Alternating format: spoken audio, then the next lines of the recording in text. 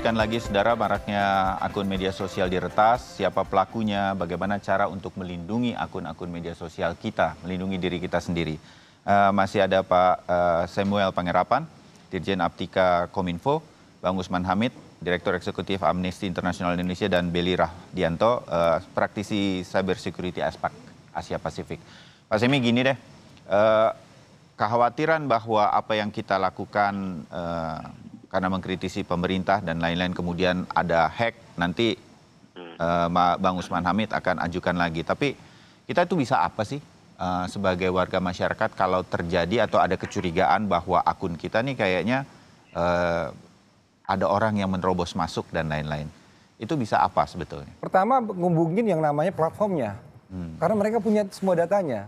Oh, ini akun saya kenapa ada diambil? Misalnya Instagram begitu. Instagram, Twitter, yang kita lainnya. Bisa menghubungi. Bisa langsung, ada cara mereport.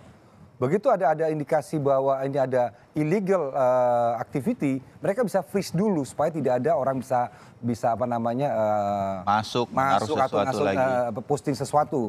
Baru diinvestigasi. Ya. Karena kita ini yang punya akunnya. Nah, yang bahaya adalah sebenarnya bukan sosial medianya yang dihack. Yang dihack tuh emailnya. Jadi kita nggak tahu. Dia terima email aja gitu. Dia lapor, dia baca lagi emailnya. Jadi kita nggak merasa dihack. Jadi kalau orang tahu terus ya. Karena si yang hackernya juga nggak merubah password emailnya, supaya orang nggak curiga. Dan biasanya akun-akun media sosial itu kan sinkron dengan email kita kan. Makanya harusnya dia two-step verification. Ada juga HP. Jadi ada dua. Jadi selain dikirim verifikasinya lewat email, saya juga masukin password saya dari HP. Biasanya kita akan mengetahui sesuatu terjadi di email Anda, ada perubahan sesuatu, apakah Anda melakukannya? Kira-kira begitu. Bukan hanya itu aja, kita akses dengan gadget yang berbeda, platform langsung notifikasi, ini benar Anda nggak? Biasanya saya pakai HP saya yang A mamanya. Tiba-tiba saya pakai komputer saya, itu harus di-notifikasi. Ini kamu bukan? Nah, ini juga harus aktif, jadi juga di-ignore juga. Jadi mereka langsung begitu, saya di-hack langsung. Pertama kali memang harus ke platform. Karena mereka yang punya sistemnya. Ya, Mas Belly, nanti Anda mungkin punya tambahan. Tapi saya membayangkan diri saya Raffio, atau saya juga Pak Pandu begitu. Apa yang kemudian saya harus lakukan supaya ini jelas begitu, dan kemudian mungkin saya akan beberkan begitu ke publik, ini sebetulnya siapa yang melakukannya. Atau dengan hal semacam ini dari beberapa kasus yang Anda tangani misalnya, orang jadi takut karena jangan-jangan ini saya ditakut-takuti oleh yang sedang berkuasa. Hal semacam itu terjadi nggak untuk klien Anda misalnya, Mas Belly? Gini, jadi contohnya misalkan ada satu akun nih, lalu dia berpikir bahwa kita terkena, saya takut nih ya, jangan kan selama ini udah kena hack gitu ya. Itu kalau kita karena kebetulan memang saya orang IT, itu kita bisa lihat tuh jejak-jejak kita, activities kita gitu ya. Misalkan dari web browser itu saya mengakses email saya dari mana aja. Karena memang dasarnya adalah dari email tadi, seperti yang Pak Semi sampaikan, akun sosmed, akun apa segala macam kan terlink dengan email. Betul. Kan? Nah, jadi kita bisa itu. Yang kedua, kita bisa lihat satu, kita lihat aktivitas kita, ya kan. Yang kedua, kita bisa istilahnya aktifkan kalau ingin aman, ya aktifkanlah two-factor authentication. Kemudian jika ada notifikasi misalkan ke email kita, oh device Anda login dari Zimbabwe misalkan gitu ya. Nah, itu udah satu indikator, tapi itu belum tentu loh. Itu juga mungkin merupakan satu percobaan social engineering. Karena kita sering menerima email, your account Apple ID has been used atau digunakan di Afrika. Segera klik link ini untuk membatalkan transaksi tersebut. Yang ada malah kena. Hati itu. Semacam itu ya. Phishing itu. Yang ada malah kena. Ya, itu udah spare phishing istilahnya. Nah, tadi jadi sampai saya lupa ngomong apa. Ya itulah kira-kira kurang lebih ininya. Hanya masalahnya teman-teman kita dan praktisi apalagi yang end user kita tahu nggak masalah itu. Jadi saya malah sering nemu mereka aktif di WhatsApp, aktif di Instagram segala macam. Tapi kalau disuruh ngirim email attachment malah nggak bisa, nggak ngerti. Email saya apa ya? Gitu. Malah lupa. Gitu. Betul, sudah lupa. Mungkin dulu begitu dibeliin handphone udah disettingin oleh sekretarisnya atau oleh ajudannya dan sebagainya gitu. Saya pernah menemukan level-level yang udah senior dan jabatan yang tinggi menggunakan WhatsApp lancar, menggunakan baca berita lancar, tapi begitu kirim email nggak bisa. Jadi saya rasa IT security literacy di masyarakat itu harus ditingkatkan ya, dengan banyak mengadakan misalkan ada workshop lah atau seminar atau apa yang khusus untuk orang-orang non IT dan apalagi untuk level-level di atas gitu ya. Oke. Nah, hal semacam ini yang jadi penting bagi kita, mudah-mudahan jadi wawasan. Pak Semi sih udah 4-5 kali selalu mengingatkan soal ini, tapi ini harus di-refresh terus bagi publik.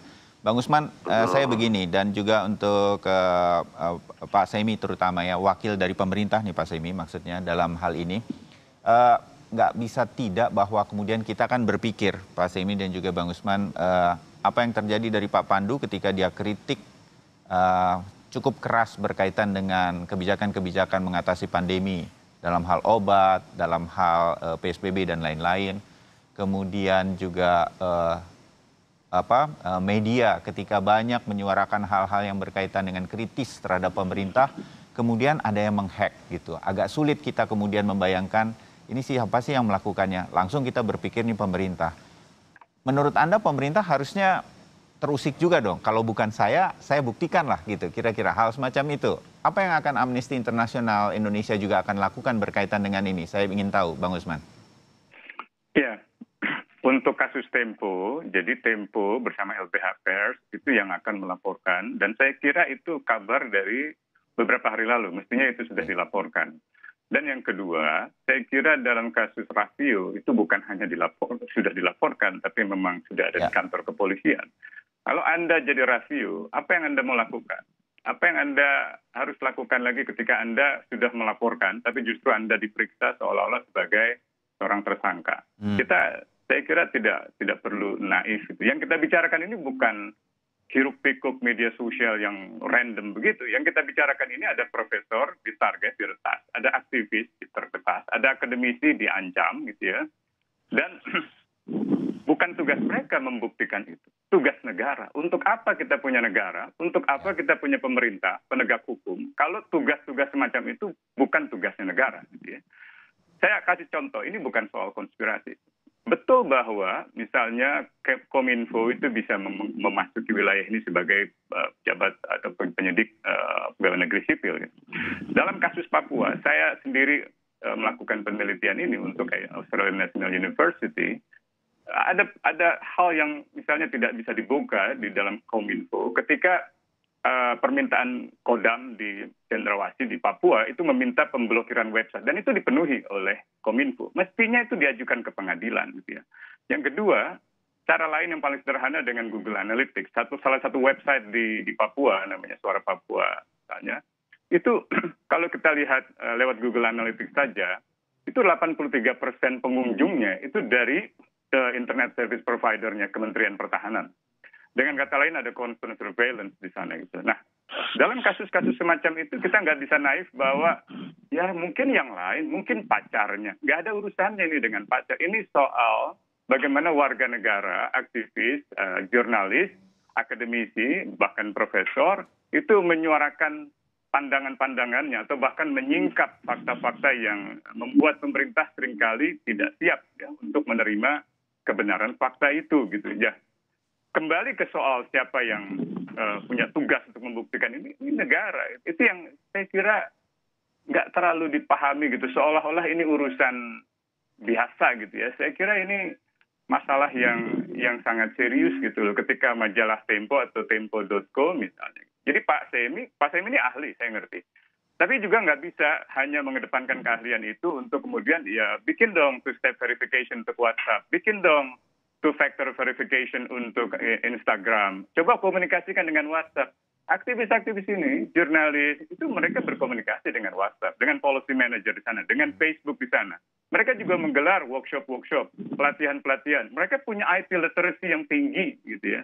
Nah soalnya adalah ketika negara sudah melakukan intrusi, itu semua di luar kontrol mereka. Gitu. Kecil mereka dibandingkan negara. Kalau Anda baca Citizen Lab, Universitas Toronto, itu jelas memperlihatkan betapa di banyak negara, termasuk di Indonesia, negara atau pemerintah membeli commercial spyware untuk mendeteksi atau untuk melakukan pengintaian terhadap warganya, gitu, termasuk Finfisher di Indonesia. Dan itu secara teknologi terdeteksi kok berada di Indonesia. Gitu. Contohnya seperti itu. Dan ini dilakukan di banyak negara. Ada banyak studi gitu ya, termasuk dari Electronic Foundation Electronic Frontier Foundation yang melakukan penelitian di banyak negara. Center for Democracy and Technology itu juga melihat bagaimana misalnya hacking ini dilakukan oleh sejumlah pemerintah, termasuk di masa COVID terhadap kritik-kritik terhadap pemerintah dalam penanganan COVID. Jadi saya kira kita harus juga lebih peka di dalam melihat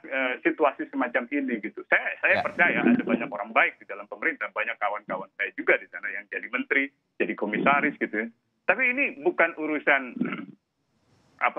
urusan ya lapor saja ke WhatsApp gitu. Ya enggak lah.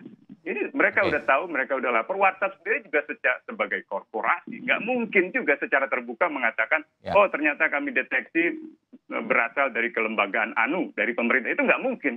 Itu sama dengan bunuh diri secara bisnis. Begitu. Jadi saya kira kita harus benar-benar bijaksana untuk melihat kasus Pak Pandu ini, kasus Tempo ini, kasus Raffio ini, gitu.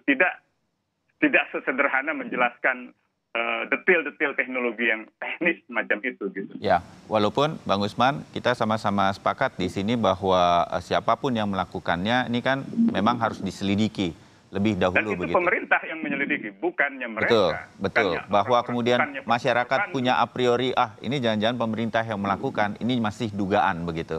Tapi kita mengerti maksud yang Anda sampaikan. Nah, Pak Semi, berkaitan dengan Kominfo begitu. Nah, hal semacam yang disampaikan oleh Usman Hamid ini kan menjadi perhatian memang. Ya. Sebetulnya sebutlah Kominfo ketika kemudian bertemu dengan stakeholder yang lain berkaitan dengan ini. Kasus Raffio dan lain-lain itu memang ini menjadi perhatian atau tidak? Karena kan begitu, ini kan negara yang kemudian dituduh begitu, diduga begitu. Dan kemudian tidak ingin kemudian membela diri begitu, Pak Semi?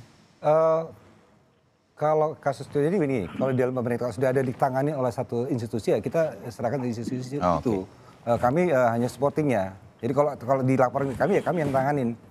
Karena kami juga punya. Nah, tadi terkait dengan dengan platform, bukannya saya bilang platform akan membuka data-data kita, tidak. Tapi kalau ada masalah dengan akun kita, siapa tadi kan pertanyaan itu, siapa yang harus kita hubungin segera? Pertama kali platform. Ada masalah dengan akun saya. Mereka tahu. Jadi itu sebelum untuk investigasi tadi benar pasti harus dilakukan investigasi. Yang namanya platform nggak akan memberikan data apapun sampai dia memang ada legal action. Mereka nggak akan kasih apapun. Ini seperti kalau kartu kredit kita hilang, kita lapor banknya untuk di freeze dulu. Kira-kira seperti itu. Oke. Nah, hal semacam ini yang. Nah, kalau tadi balik lagi pada pertanyaannya. Langkah-langkahnya apa? Kalau kita sih memang kita mendorong, kita mengupayakan supaya yang namanya kebebasan berekspresi itu juga terjamin. Kita memang ke sana. Kita pemerintah pun kalau salah pun kita menerima kok. Tadi bicara tentang kasus Papua mamanya. Kita menerima, kita harus ada perbaikan. Tapi kita juga punya punya kewajiban menjaga situasi yang kondusif. Dan apa yang ada saat itu. Jadi kalau menilai sesuatu kasus, tadi Mas Usman kan membawa itu kepada masalah yang di Papua, mamanya. Itu memang kita waktu itu emang hanya adanya itu untuk menenangkan. Sekarang tidak boleh lagi dilakukan oleh pemerintah untuk dalam hal penanganan konten, mamanya. Nggak boleh ada pemblokiran internet, mamanya, atau pelambatan internet. Sudah dilakukan, kita terima. Kita harus memang perbaikan. Nah, makanya kita sekarang ini kita giat melakukan literasi. Literasi ini harus ditingkatkan. Jadi masyarakat umpamanya paham juga tentang haknya dia. Oke. Ya gitu kan. Jadi bukan hanya kewajiban dan haknya pastinya. Nah, terkait lagi tentang konten-konten ini, ya itu tadi yang di Kominfo itu hanya menangani konten-kontennya. Tapi kalau ada masalah yang lain bisa kita laporkan ke kita untuk kita lakukan investigasi. Oke. Nah, jalan tengah, Mas Belly, dari apa yang kemudian kita dengarkan ini, bagaimana situasinya menurut Anda atau pengalaman Anda dari menangani klien-klien atau kasus-kasus di Asia Pasifik? Saya hanya mau menghimbau bukan menghimbau ya, memberikan masukan kepada teman-teman semua baik media, masyarakat dan sebagainya. Hati-hati dengan yang namanya asymmetric warfare. Jadi apa itu, Mas Belly? Itu semacam, ya sekarang itu ada satu serangan atau jenis serangan baru, di mana tidak menggunakan kayak kalau zaman dulu negara perang dengan negara lain ya, itu menggunakan tank, pesawat dan sebagainya. Nah kalau asymmetric warfare mereka menggunakan teknologi seperti ini, sehingga hati-hati mungkin aja kita lagi diadu domba nih, kita nggak tahu nih, kan gitu ya. Nah itu aja pesan saya. Jadi hati-hati dengan jangan terlalu termakan dengan berita-berita ataupun teori konspirasi yang masih belum jelas sebelum ada pembuktiannya, karena saya mengerinya ini sedang diadu domba. Diadu domba bisa oleh negara lain atau bisa oleh teman kita sendiri, itu aja. Baik, dimengerti bahwa situasi seperti ini harus clear betul kita melihatnya. Tentu kita bisa punya dugaan, ya betul. Tetapi kemudian semuanya harus kita serahkan kepada yang kemudian harus melakukan penyelidikan dan mengungkapnya. Harapan-harapan ini yang kita tinggalkan di sini dulu karena waktu juga yang membatasi kita. Terima kasih untuk waktunya Mas Belly, Bang Usman, dan juga Pak Semi. Terima kasih. Sebentar lagi mau ke kantor, mampir dulu ke studio. Mencegah konspirasi bukan dengan menawarkan konspirasi baru ya. Ya, baik, kita catat juga itu. Terima kasih Bang Usman Hamid dari Amnesty International Indonesia. Selamat pagi semuanya, terima kasih.